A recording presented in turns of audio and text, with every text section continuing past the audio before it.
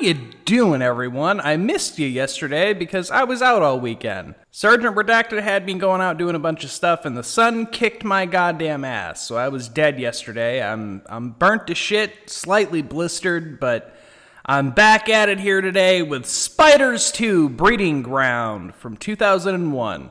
That's right, we're covering a sequel. We're going to do this sequel, and it's not as good as the first one. I've seen this one more, because this one I can see why I played on Sci-Fi Channel more, because it's not as good in any sense. And it also has nothing to do with the first movie. It's just called Spiders 2, but has no connection to spiders. Other than there's a giant spider. But, it literally has nothing to do. The spiders don't even look the same. And they also sound like elephants. I don't know why that was a choice made for this one. But it was. But before we get into that, as always, thank you to Dubby. You lovely sponsor, you. Go on over to Dubby, use code Oddcast. Save yourself some extra money off the deals they have going on all the time. Get yourself some flavors, like dragon fruit, and they got specialty flavors they're doing all the time that are unique to different brandings that they're getting with anime and different things like that. So just go check it out, go check it out, show us support, and hell, maybe it'll give you the energy you need to escape a giant ship of spiders. So anyway, our movie begins with this Igor assistant feeding the giant spider, and it's just, This movie doesn't make a lot of sense as far as why it's a sequel, because it literally, again, has nothing to do with the first movie. But anyway, after he feeds that spider, we cut over to a boat full of people playing poker. It's just a young bunch of people. But then they get taken on by a bunch of pirates, or at least they seem like they're pirates. But in all reality, they're the people we'll meet later. They're getting more food for the spider. And they blow up the fucking ship, and then that's the end of that. Because then we cut over to our main couple of the movie, Alexandra and Jason. They're off sailing outside of Hawaii, because, they're taking a break. You find out later that she had cancer and survived, so they took this little vacation here. But they find the burnt boat, and, they go check it out, because why not hop aboard a boat that might sink at any minute? But anyway, they're like, well, we're going to not be able to say anything until we get back to land, because trying to call this in is going to be kind of hard. So they take some photos, and they get back on their boat. But then a giant fucking storm rolls in. And Jason tries to radio off to the Coast Guard of, hey, we're in a lot of trouble here. But then their boat capsizes, they get stranded. But don't worry, they then find a giant cargo ship floating by. So they use some of their rescue flares and get signaled out, and they get pulled on board. And, they end up getting, they get to meet Dr. Gerback. What a dumb fucking name, Gerback. And I had to look up if they were saying what I thought they were. It's literally Grrbak. Didn't even fucking try to name this evil doctor. But anyway, he checks out Alex and Jim, and it seems like they're all okay. Ow! Next, please.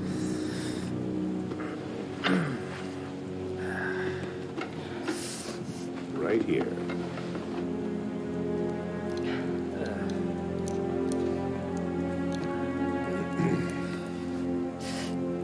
Lie back.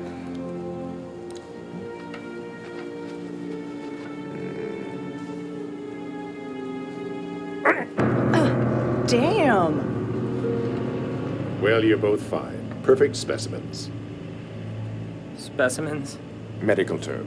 Yeah, and Alex gets to take a hot shower, and then they get taken to a spare bunk, and they get cozy for the night, and they're like, oh, thanks, Captain Bigelow, it's nice that we were able to be rescued. And in the morning, they're approached by the Captain Bigelow again, and he's like, hey, why don't you come eat some breakfast? And they mention the burnt boat, which gets some looks of oh, you found a boat, did you recognize it at all, or did you find anyone?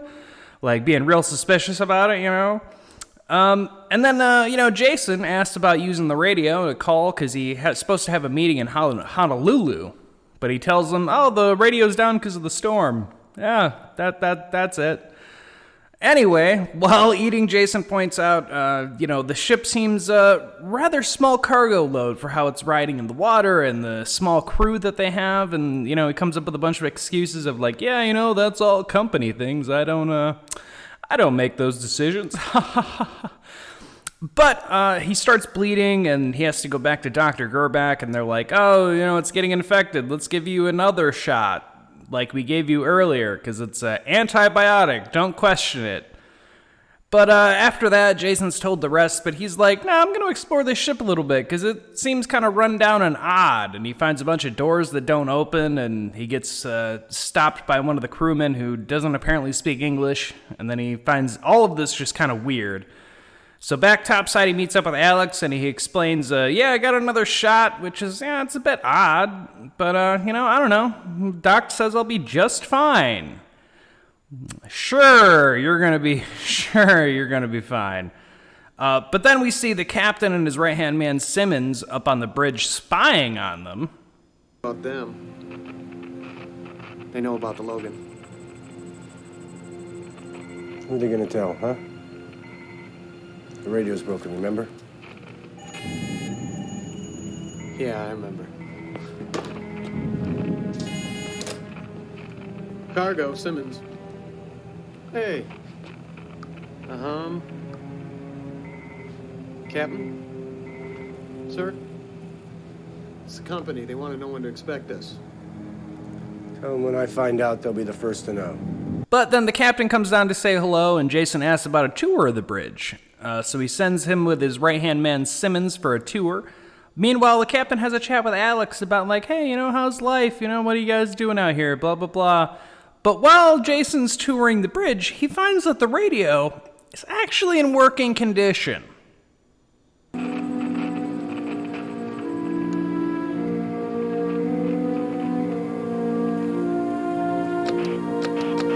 Hey, what are you doing?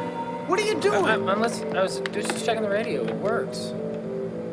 It's not working. But it is working. I heard the carrier signal. It's only static. Man, red flags all over the place. Jason is the only one to pick up on any of these. Alex the entire time is getting sweet-talked by the captain, so she doesn't suspect anything. But Jason the whole time is just like, man, this is all a bit fucked.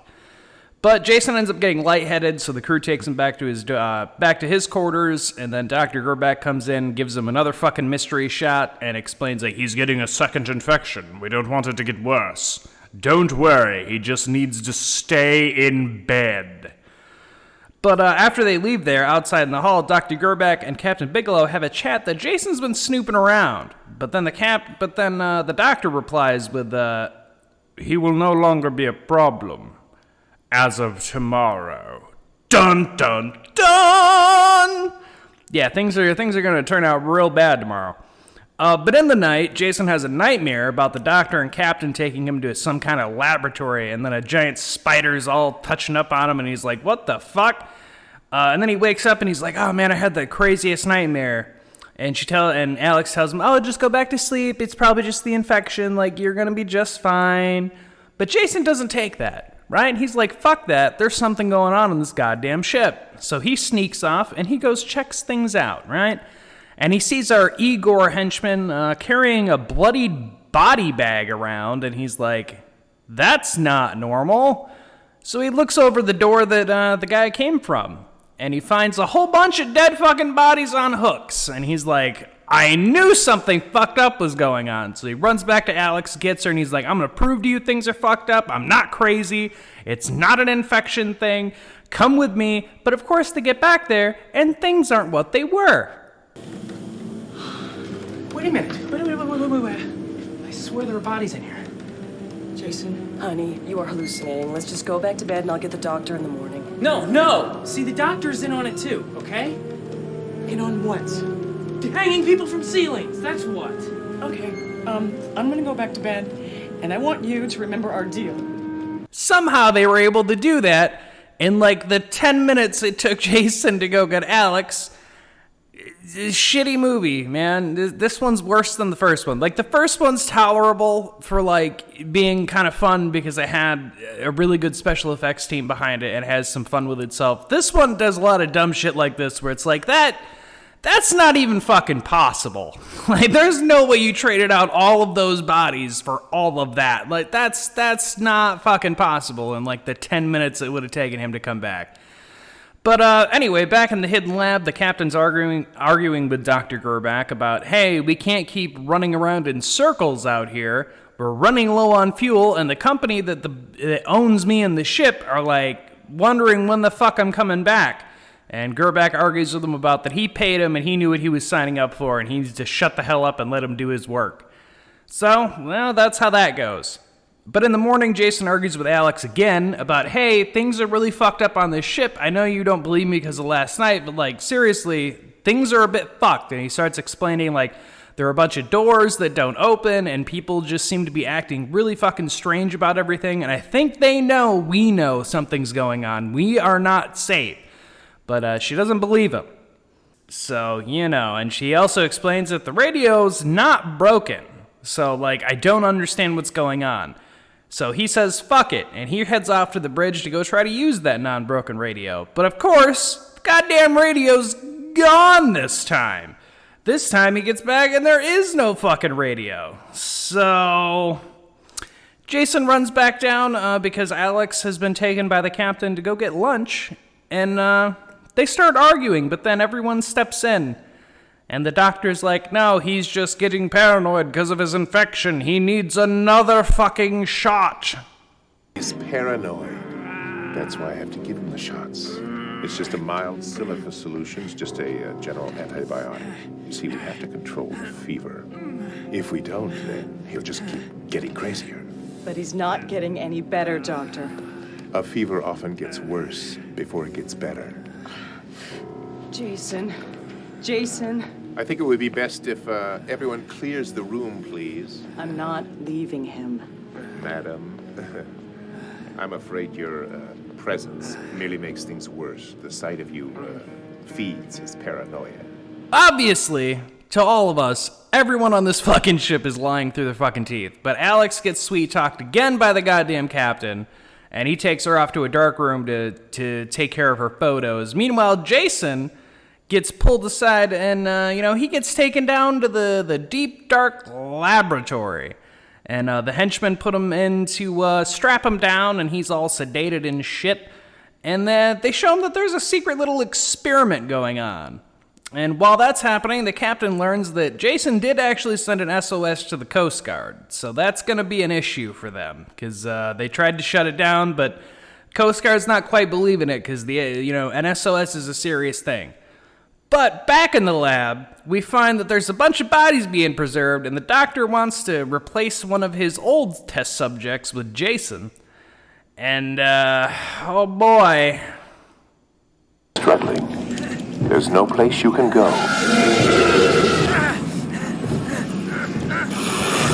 Don't worry, she won't harm you. Once her egg is inside you, things will return to normal. For a while, anyway. Until the baby grows.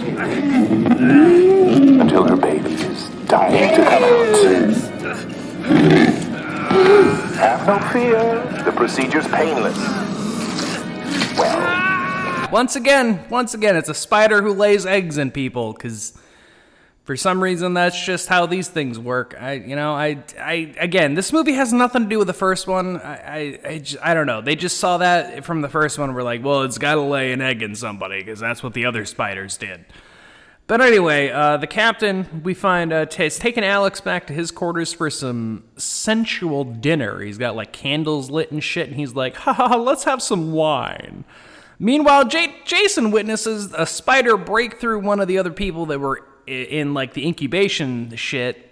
And, that's how what they're doing, is he's just breeding more of the fucking spiders, because he's like, the genes that they have would cause something for humankind to, like, be a cure-all, because spiders don't get sick, so I'm gonna take that gene and help humankind.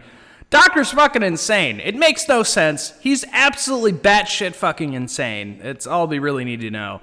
But back at dinner, the captain tries to make a move on Alex, but I will give credit to Alex for this movie. She kicks his fucking ass. Just like everyone who tries to lay hands on her for the rest of this movie. She kicks their fucking ass.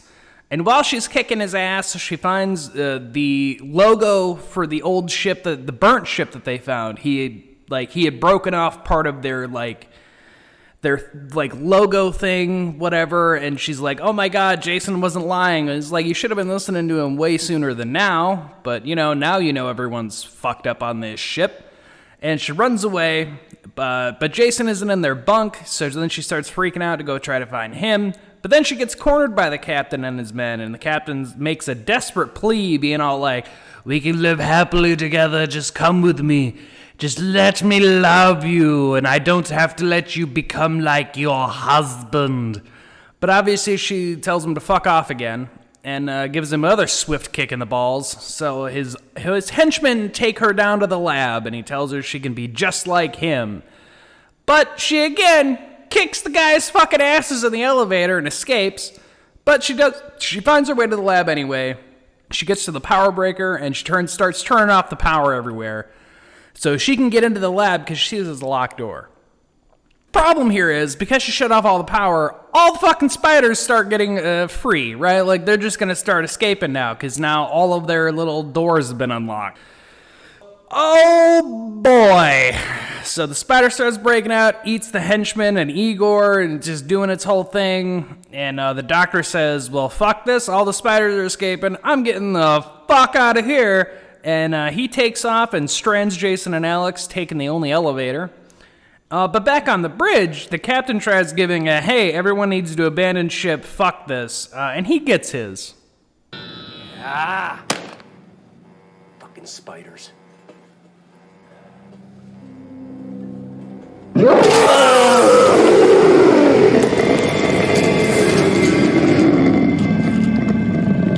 Meanwhile, Jason and Alex keep making their way for the lifeboat that the doctor's already found.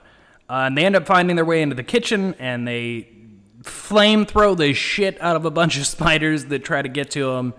And then they get back outside, and they see all the spiders around, but they're too busy eating the crewmen, so they're like, let's just get the hell out of here.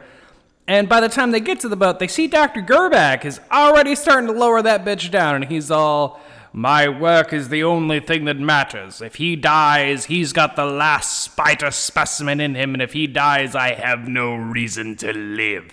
Because again, Alex kicks his fucking ass and takes his gun and is like, I'll just blow your fucking brains out. Where's the antidote to stop this? And he keeps arguing with her. And then, of course, it's like, well, of course, it's down in the lab, but you'll never reach it. But then the doctor gets what he fucking deserves. Hates long goodbyes. Adios. What can I say? I do too.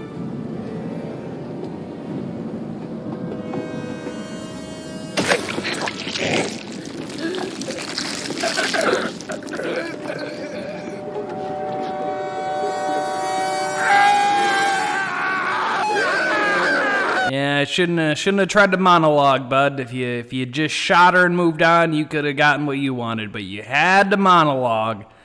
So Alex ventures back down to the lab like it's fucking a Resident Evil finale and has to fight off a couple more spiders. And she ends up setting off some fuel, the reserve fuel that's down below deck.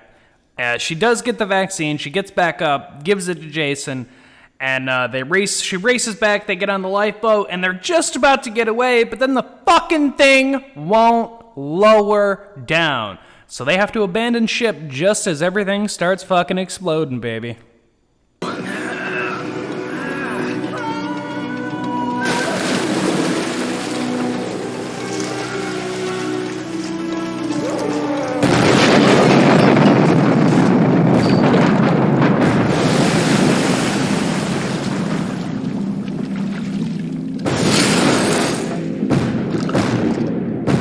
But lucky for them, the Coast Guard does end up showing up, and they arrive, and they get saved, and it's happy ending, yay, we finally fucking made it.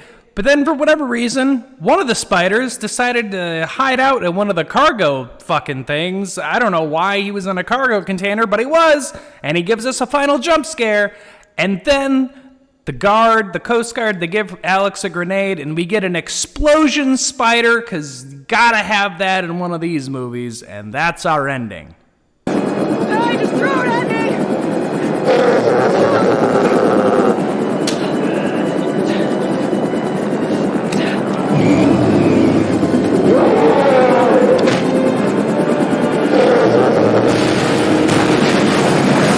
Yay! Everyone's safe. They fly back to Hawaii. Everything's good and dandy.